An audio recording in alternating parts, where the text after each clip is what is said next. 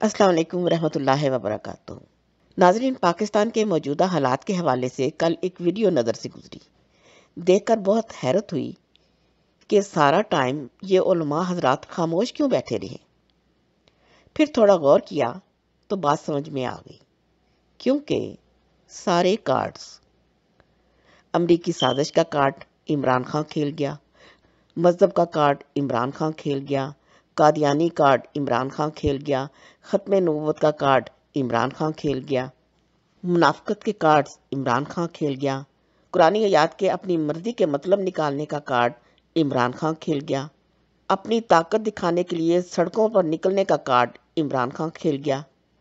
سب جعلی سازشیں، جھوٹ، مکر و فریب کے کارڈ عمران خان کھیل گیا۔ اب سارے کارڈ تو عمران خان کھیل گیا، تو پیچھے مولویوں کے لیے کھیلنے کے لیے بچا ہی کیا؟ خیر، ہو جاتا ہے، چوراں نو پے گئے مور تے موراں نو پے گئے ہور۔ عوام کو بے شعور تو پہلے ہی مولویوں نے بنا کر خان کے لیے راستہ آسان کر ڈالا۔ اب جس کو جب موقع ملے گا فائدہ تو اٹھائے گا نا۔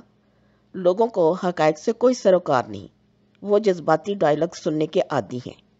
عوام نے کبھی مولویوں سے ثبوت مانگے ہیں جو عمران خان سے مانگے؟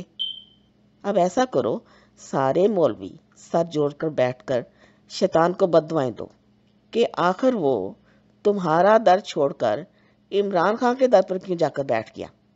اور آخر میں، اگر میری کارڈز والی بات پر یقین نہیں، ثبوت بھی حاضر ہے۔